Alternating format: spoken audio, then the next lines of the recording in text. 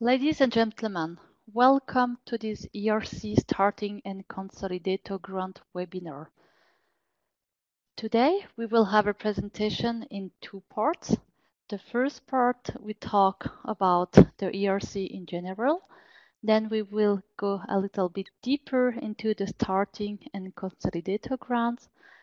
We will have a few words on your application and how the evaluation runs, and to provide you with statistics, and finally useful links and documents for your application. And then I will hand over the microphone to my colleague Leah Witten from the U-Research Regional Office Bern that will give you more information about the budget aspect for your application. But first, let's see how the webinar is organized. So in front of you on your left, you will have the different slides, and on the right, you have the chat for questions. You can ask questions whenever you want. We will collect them and try to answer them at the end of the two presentations. This webinar is recorded and will be uploaded on our YouTube channel after the presentation, so you will be able to rewatch it as many times as you want or to forward it to your colleague. You will also get, if you register to this webinar, a follow-up email with the presentation. So now let's start with ERC. What is ERC? Why does ERC exist? So the overall aim is to stimulate the excellence in frontier research in Europe and to support excellent individual researchers. So this is not a team project, but it's really to support you and your project as an individual person. All fields of science are covered. This is the so-called bottom-up approach, meaning that you are not obliged to answer a certain call for proposal or anything. You can choose whatever field of science you would like to approach in your proposal. And the only evaluation criterion is excellence. But what does excellence mean? It's excellence on you as the principal and investigator, and the excellence on your project. But we will talk about that a little bit later. So what are the characteristics of the ERC project, or how should an ERC project look like? So you have to find out within your ERC project something new. You have to make a contribution to your field, meaning you have to have something novel, creative, and innovative. Excuse me. You need to have a mature idea which is out of the box, meaning that you do not need only to come with an idea, but you have you need to have something feasible. And your project should have some make substantial advance at the frontier of the knowledge foreseen. You will, if you read the ERC website, you will often meet this word, high risk, high gain project. That means that excuse me, that you need to have a risky project. But a risky project does mean also that you have to bring high gain also to the film. So you have to take risks, but you need also to identify them and to mention how to tackle them. And once again, the feasibility of your project is very important. So the European Commission will provide you with a certain amount of money, and you have to clearly state why you are the right person to perform this project. This is also something you need to show off in your proposal. So this is the idea of an ERC project. You have different kind of grants. So the first two of grant are the starting and consolidator grants. The starting grant are from 2 to 7 years after your PhD, and the consolidator grant are from 7 to 12 years after your PhD. And then you have other type of grant within ERC, which are the advanced grant, but this is more for more established researchers. We have also a scheme which is called proof of concept. This is for the implementation of outcome of your grants, but it's not the subject that we will treat today. So today we will only have we will only present you the starting and the consolidator grant. This is the scope of this webinar. So these grants are large and prestigious grants. The maximum funding is for a 5-year project. For a starting grant, you are going to have 1.5 million, and for the consolidator grant, it's a 2 million project. You can ask for additional funding in certain circumstances. For example, if you would like to move to Europe, to purchase large equipment, or to have access to big facilities, this is something you can ask within your project. Then you need to be eligible to carry out this project. So meaning that you have to answer a certain amount of criteria. First of all, the host institution, meaning the institution where you're going to carry out your project, has to be in an EU member state or an associated country. Then the research age. This does not mean your age, but how mature you are within your research. We just see before that from the starting, it's 2 to 7 years after your PhD, and for the consolidator grant, it's 7 to 12 years after your PhD. And you have to commit a minimum of your time to your ERC project, meaning that you have to see within the other project funding if you're going to be really able to carry out this project.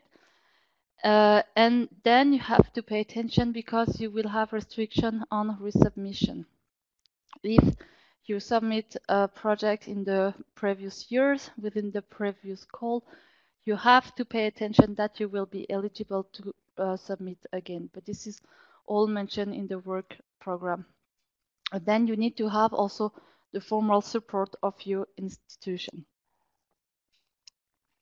I will not provide you with some information about the Swiss eligibility for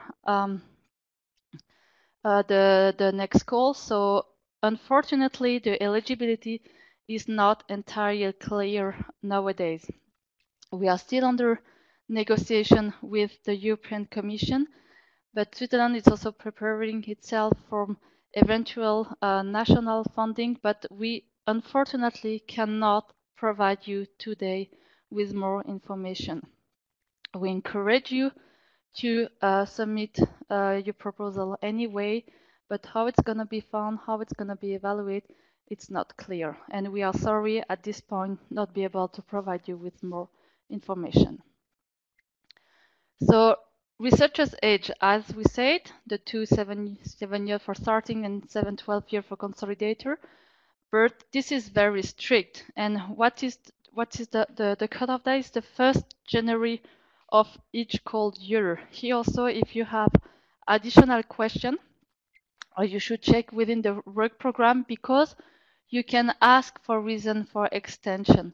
Something like maternity or paternity leave, clinical training, military service, or long illness can be eligible reason to ask for an extension. Please have a look at the work program, and if you have additional question on that, please contact us. And you have also specific condition for medical doctors.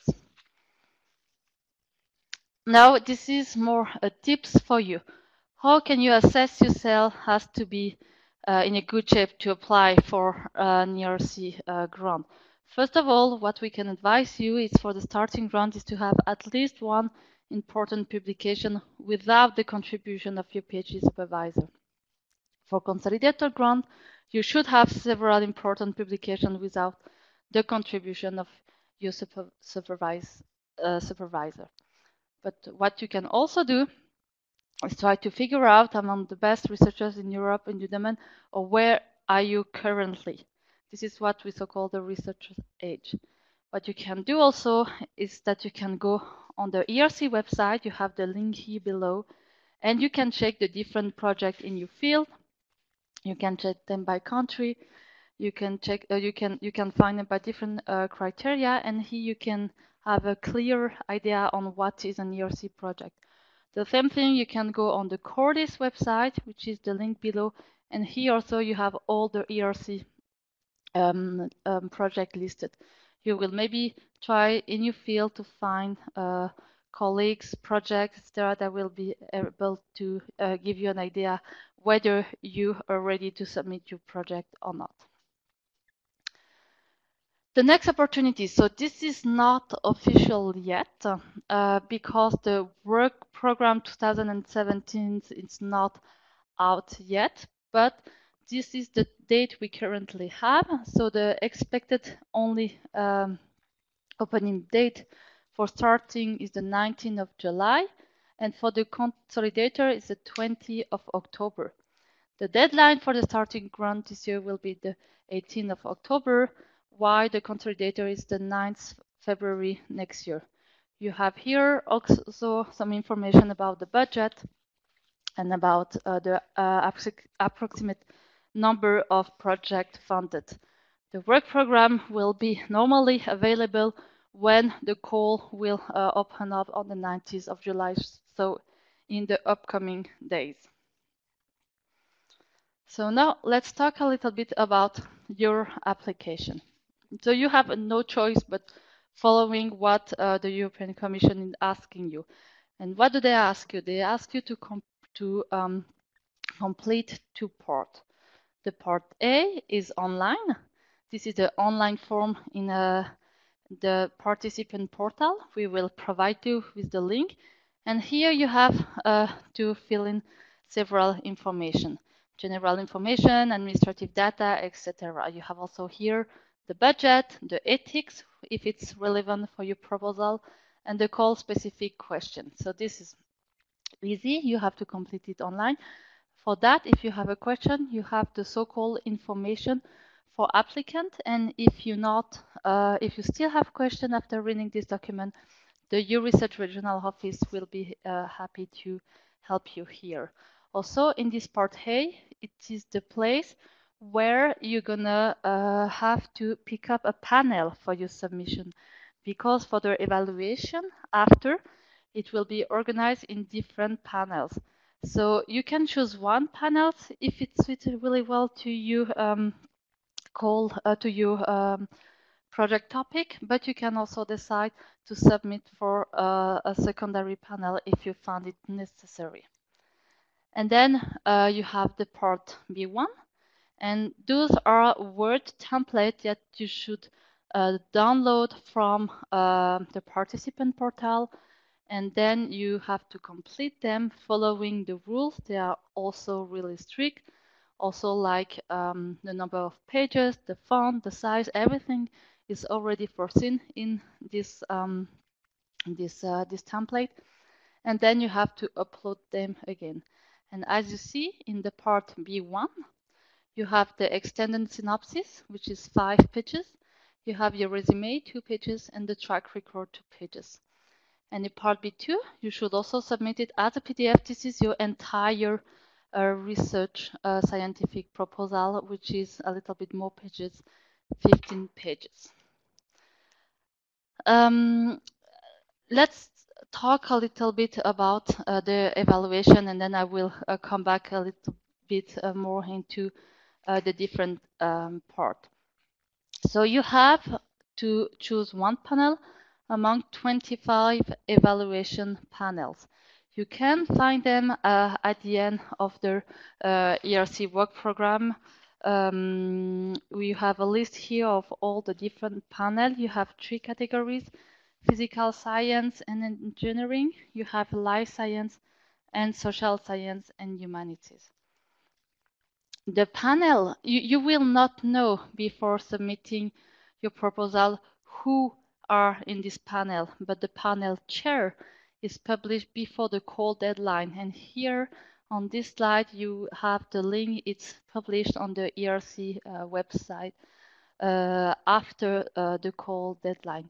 But you have 2 sets of evaluation panel who alternates each 2 years, meaning, but without guarantee, but meaning if you would like to have an idea on who might be in your panel this year, you have to check in the 2015 panel evaluation who were there, because they will be called again this year to submit to evaluate proposal, but it's not guaranteed that they will that they will be here again. But this might give you already an idea of the kind of profiles you can find in this different panel. And the evaluation is in 2 steps. So meaning that first of all, they will evaluate you. It's only the part B1 who will be evaluated. And then after, during the second step, it's part B1 and B2 with interview with panel. Meaning that first, the panel will evaluate B1 and they will not read B2, meaning that you see the content of B1 is more related to UCV, to your track record, meaning that this B1 is more on you, your profile as a scientist, as a principal investigator. And then if you pass B1, you will be invited to go to Brussels for an interview with the panel. And this is really the time of the interview is depending of your panel. You can go for 1 slide and 5-minute interview to no limitation on slide and 10-minute presentation, but you will get all the necessary indication to prepare yourself well before the interview. And your research also organize interview training to make sure that you are well prepared to go to this interview. And as you see, part B2 is more related to your scientific projects. So meaning that the second part of the evaluation is more related to your project than yourself. Of course, yourself is important, but that has already been evaluated in part B1. So you may expect more questions from the interview on the project itself. So this is all the information I wanted to provide you related to your application. I will also now to show you a few statistics on the success rate in Switzerland. So you can see that Switzerland did very well in the previous year. In ERC, we're actually the first one in terms of success rate. This is very true for the advanced grant, but we are also in a good shape for the starting and consolidator grant. And also in terms of finding project, we are among the best country in Europe. So Switzerland has a very good reputation in Brussels in terms of ERC successful application. So very important now, before you consider applying for an ERC proposal, you have 2 documents to be read. The work program 2017, for the moment it's not available, but you can already, if you want, have a look at the work program 2016. Normally there should not be major changes, but please, once it's published, check for the 2017 work program. And the information for applicant were here step by step of each the different part will be explained in this document. And this is also expected for July 2016. And then my advice here is also for you to have a look at the ERC website and to read a little bit the basic information, just for you to get a little bit the spirit of their ERC, also the wording they use to use in their text, like that you can maybe reuse them in your proposal to make sure that you understand well what is an ERC project, and to make the evaluator sure that you're not submitting any kind of scientific project behind, but this is really a project that met the ERC spirit. The good news for that is that we are here to support you. We are 3 national contact points at your research head office. which is Dr. Katja Wirth, Dr. Judith Spinden, and myself. We have a generic address where you can reach us, and we'll be also more happy to answer the phone. I thought there's a few questions. If you don't mind, I will answer them at the end of the presentation. And I will hand over now the microphone to Leah Witten from the regional office in Bern, that she is more a specialist on all the ERC budget aspect. Thank you very much.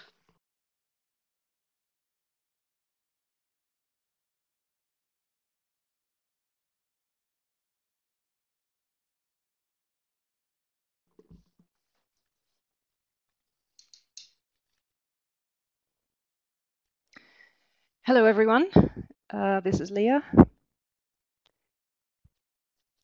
Veronique has already mentioned the maximum budget amounts for the starting and consolidator grants. It's important to know that if you submit a proposal for a project that's shorter than 5 years, the budget amount will be reduced pro rata. So for example, if you're planning a 4-year project, your budget is 1.2 million for a starting grant and 1.6 million for a consolidator grant. Veronique also mentioned that you can ask for additional funds in certain circumstances, and I've listed this in a bit more detail here. You can request an additional 500,000 for a starting grant and an additional 750,000 euros for a consolidator grant. There are 3 circumstances in which you can do this.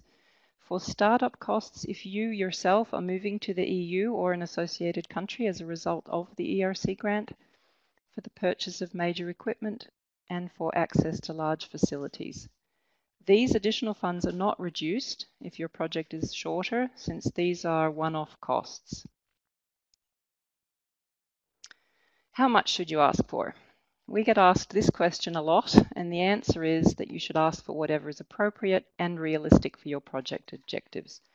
It probably won't be 500,000 euros, but it doesn't have to be the full amount if you don't need it. The budget should be as accurate as possible because it will be assessed and can be reduced. However, during the project, you can move the money between budget categories within reason.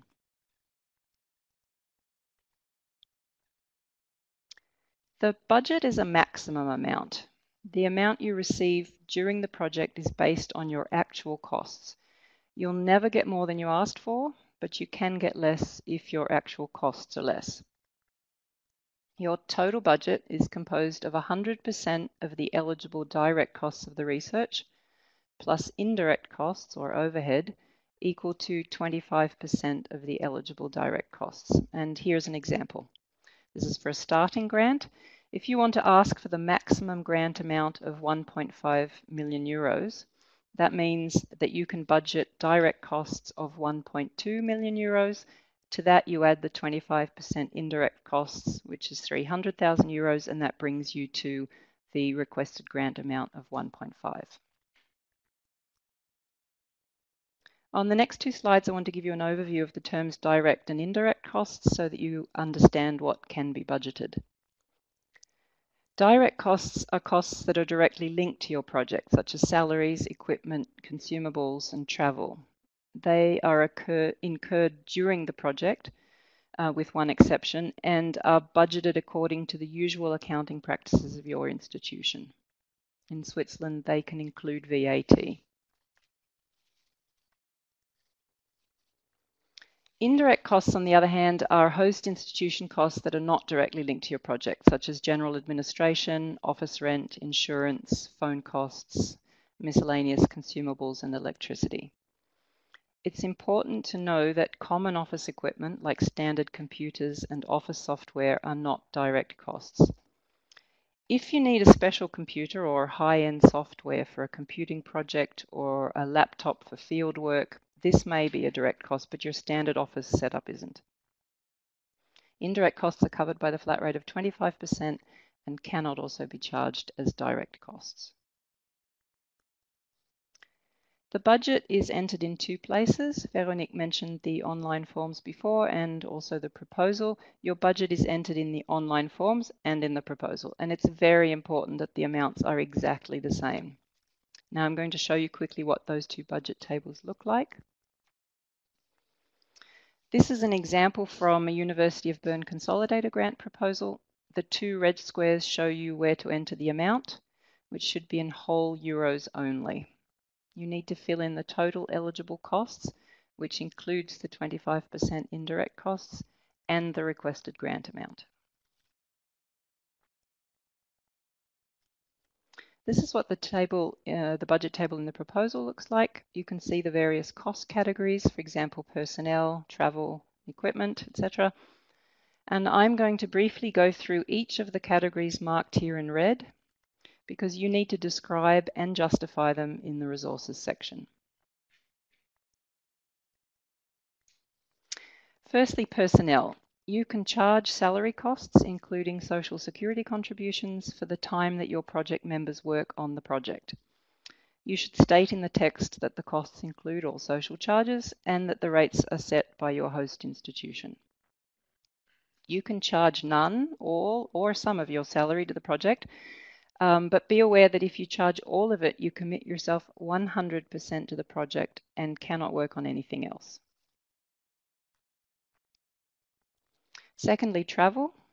You can charge flight, hotel, and subsistence costs for project members to attend workshops or meetings to present the project results. State in the text the amount you have budgeted and how it's derived. And there's an example here on the slide.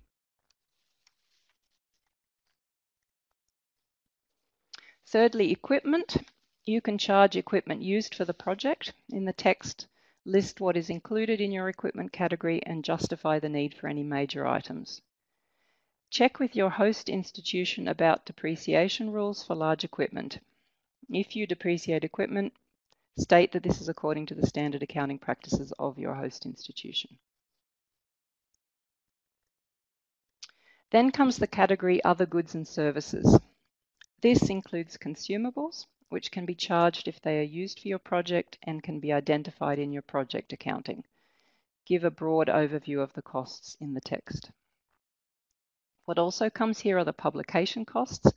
List the number of publications you are planning to write and include costs for gold or green open access.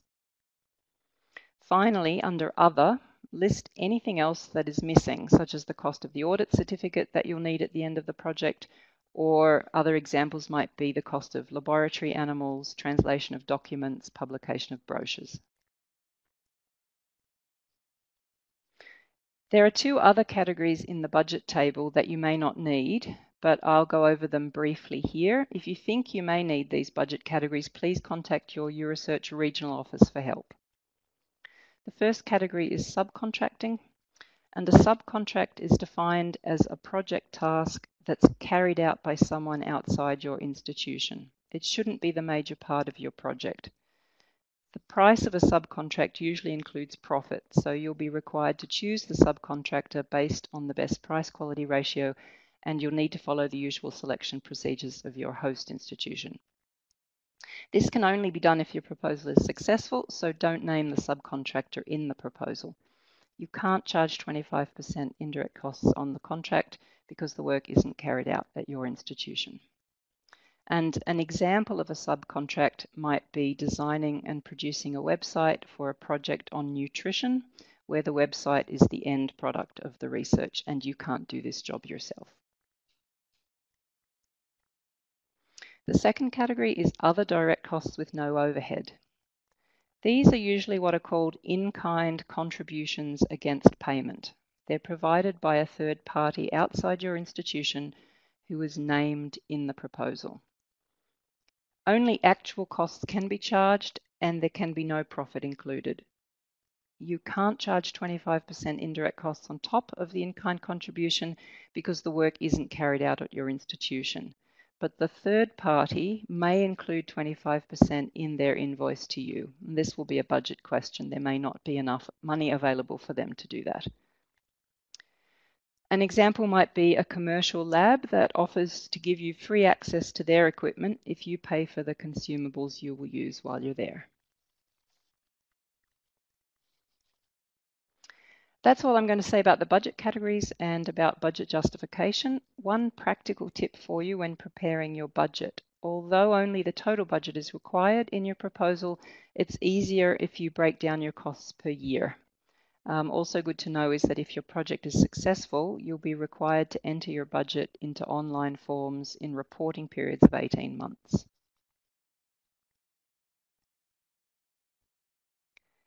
The budget table I showed you before has a second section below, which should look something like this.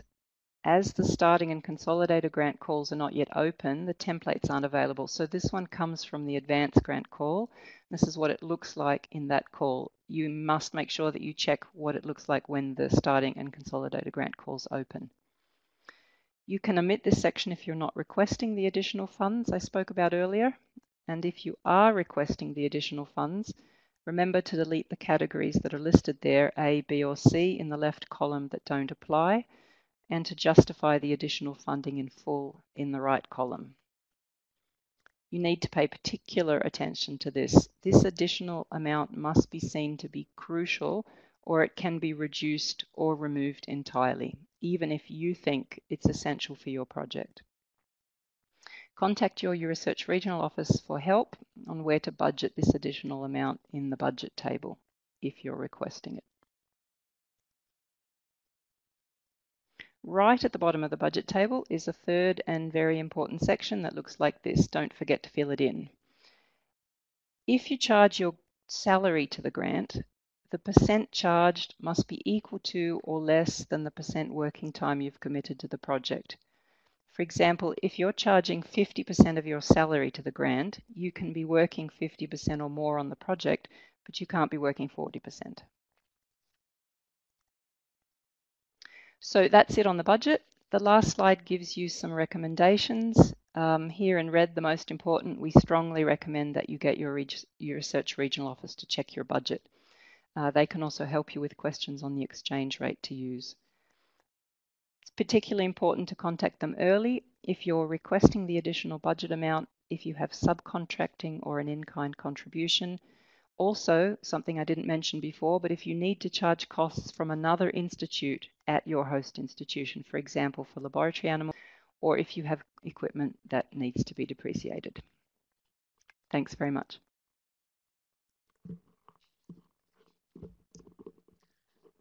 Thank you very much, Leah. It's now time for you question and answer. So let's start. The first question we have is if the University of Geneva is in an EU member state. So no, the University of Geneva is linked to Swiss University, and Switzerland is not an EU member state, and it's even now, currently, for the first pillar, it's an associated country, but as we said, we're not sure so about the Switzerland status for the current and upcoming calls. For you, the best thing to do for that is to register to your research e-alert and other information system, and as soon as we have official information, we will inform you. But nowadays, we are not able to ensure your eligibility to the upcoming calls. Then for the next question, what is the reference date for the next round of starting grant? So I'm not sure about the question, so I will provide you with the different answer option I can deliver you. So if you mean the reference date for checking your eligibility, this is gonna be the 1st January 2017. And if you mean the reference date for the next round of starting run, that's mean not this call, but the next call, because what you should pay attention to is that we are currently talking about the ERC 2017 call, even though the starting date, the open date, and the deadline are in 2016. We are talking about the ERC 2017 call, and if that's not sure, you can see the date in the call identifier. So if that was the question, when are the next one of the starting? So it will be within the work program 2019. We do not know exactly yet, but Experiences showed that the time frame of the call are more or less always the same. So they might open in June, July, before summer for the starting, in autumn for the consolidator, with the deadline for the starting the next fall and the year beginning of the year after for the consolidator. So if you would like to have an idea for next year, just check this year date and it might be the same. But this is again without guarantee. It has been like that in the past, but maybe the ERC agency will decide to make it differently next year. So when will be the next deadline for starting one in 2017? So this is just what I said. So in 17, this is linked to the work program 2019. And we don't know the precise date, but the time frame should be the same. Then we have a question related to the interview. So for consolidator grant, interview is also 5 minutes. No, we cannot say an interview for consolidator is 5 minutes because each panel has a different setting for the interview. All in all the interview with starting and consolidator should last between 25 and 30 minutes. But the time of your presentation can depend on the panel, and here you will get very precise information once you pass step 1 to go to step 2, and you will have to respect this information. Then that was all the question I have. I will hand over the microphone to my colleague ERC NCP Judith Spindlen that will provide you most information about the next question. Hello, this is Judith Spindlen speaking. There has been a comment by one of the attendees looking at the panels that there was for each of the panel. There was also a list of sub-panels. Given the question then was whether that means that a panel has different configurations according to the sub-panels you choose. The answer is no. The competition is on the level of the panel. However, it is very important for you to take the panel composition in terms of sub-panels into account because it's the entire panel representatives from all those disciplines that will have a saying in the evaluation. Usually out of the 10 to 15 panel members, the 2 to 3 which are the most familiar to your field will mainly deal with your proposal, but in a panel discussion everyone will have a saying. So it is important and crucial that you introduce your concept and the impact your ERC result will have in a way that is understandable for peers from all those sub-panels. Thank you, Judith. I have here another question. Can a postdoc apply for a starting grant? Yes, if you are between 2 to 7 years after your PhD and you have other eligibility criteria, extension criteria you can ask for, but please for that check the work program. Do you know of international organizations for European interest are eligible if they are not situated in an EU member state? If you mean international organization but European interest organization, search like CERN. Yes, CERN is eligible for the ERC, but this is also mentioned precisely in the official document. Can I apply for starting a grant in a host institution in US? No. US is not an EU member state or associated country. So you can only apply for institutions that are within an EU member state or an associated country. If you are any doubt or which are the associated country within Horizon 2020, please come back to us. I will now hand over the microphone to Leah for your question related to the budget. Okay, hello again. There are quite a few budget questions here. One about, is it just a salary for the PI, or could I have a technician, PhD, or postdoc? Yes, of course, you should apply for salaries for as many people as you need for your project. Swiss salaries are usually quite expensive compared to other European countries, so it may be that you can not have as much staff here as you would somewhere else. But yes, the important thing is, of course, that it's only the time that these people are working on the project that you can charge. You can't employ a technician and have this technician's salary go on your grant, but have the technician also working on other projects. Depending on the number of consumables you have and what sort of a project it is, will depend on how many people you can have working for you. I should also mention that you don't have to charge the same amount for your salary throughout the 5 years of your project. If you're already employed with a salary from somewhere else at the moment, then you might not want to charge your salary for the first couple of years and then charge your salary towards the end of the grant. Those sorts of things are quite flexible. If you have specific questions about this, please contact your regional office.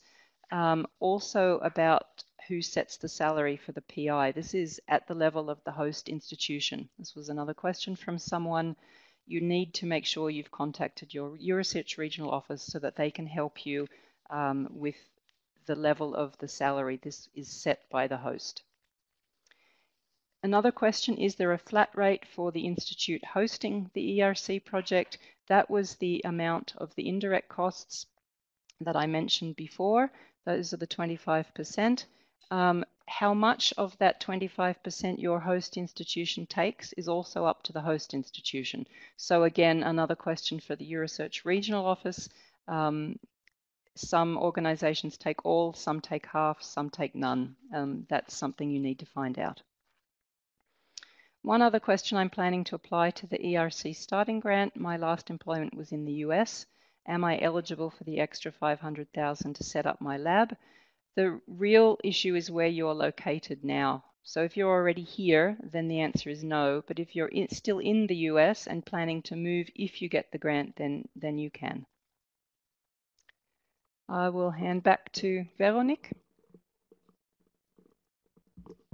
Okay, I still want to have another question about the unsuccessful proposal. So the question is, could you please comment on how the blocking of the next calls for unsuccessful proposal works?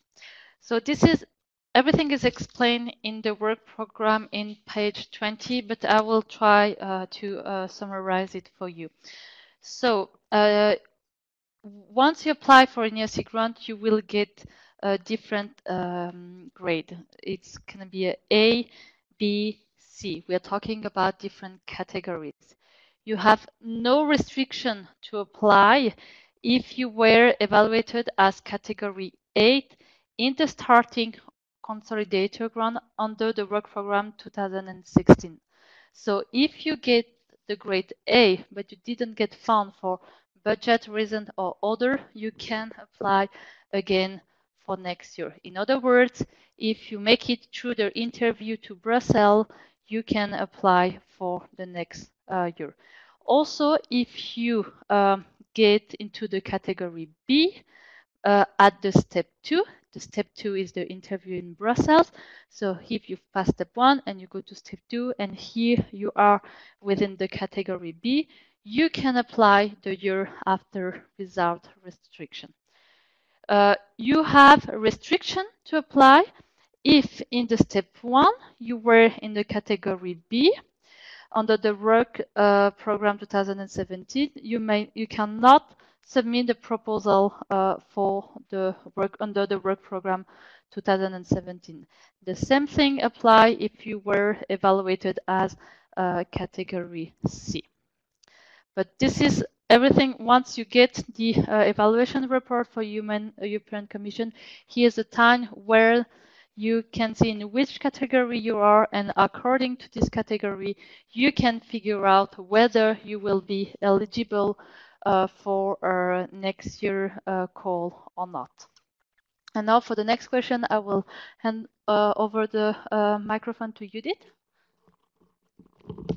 Hello again. The question was, what would be the latest PhD completion date for Consolidated Grant 2017? The answer is that normally you would need to have your official PhD date sometime in 2005 or onwards, because the rule is that your PhD needs to be 12 years or less before the reference date of the ERC. Now for Consolidated Grant 2017, the reference date of the ERC is the 1st of January 2017. That is, of course, if you have no special circumstances, such as parental leave, long illness, military service, etc. In those cases, your PhD might be before 2005 and you're still eligible. Please consult us if your case is not entirely clear regarding eligibility.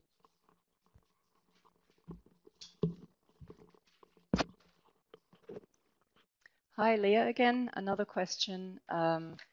Do I understand correctly that the PI has to spend at least 40% of his time to the project but can ask no money for his salary? No, this is not correct. You can ask for all of your salary, you can ask for none of your salary, or you can ask for something in between. As I mentioned earlier, if you charge 100% of your salary to the project, you can't work on anything else. The time that you have to, the minimum time that you have to dedicate to your project is 50% for the Consolidator grant. The 40% I think that you are referring to is the minimum amount of time that the person has to spend in a member state. Sorry, now I've misspoken. You have to spend at least a minimum of 50% of your working time in an EU member state or associated country, and a minimum of 40% of your total working time on the ERC project. You can actually work, if that's for a Consolidator grant, and for the starting grant, it's 50%. So 40% of your time at least on the project for Consolidator, 50% at least of your time for starting grant, and you can charge all, none, or somewhere in between of your salary to the project.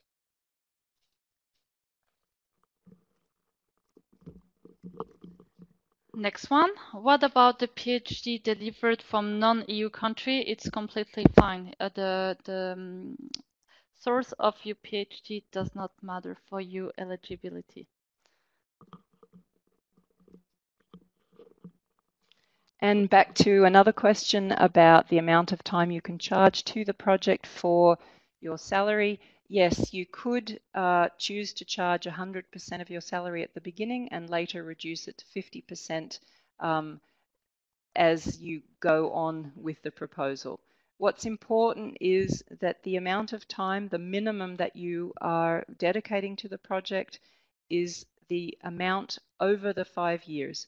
So if you have to dedicate 50% of your time to the project,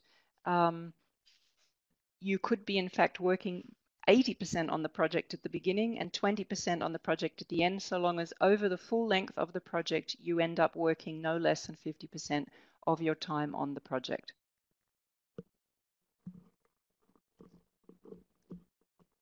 So this is the last question we have today. I would like to thank my both colleagues very much for this presentation and question and answer round, as well as all our IT staff behind this webinar. I would like also to thank you very much for your participation, and we said it enough, but I will repeat it. Come back to us, especially in this, I would say, difficult time where we are not sure about the eligibility. Stay close to your research. We will inform you. Once again, this webinar is recorded and will be uploaded on YouTube, and you will get the slide like that. You can access the different important link we provide you. I wish you a nice afternoon and good luck with the preparation of your ERC proposal. Thank you very much. Goodbye.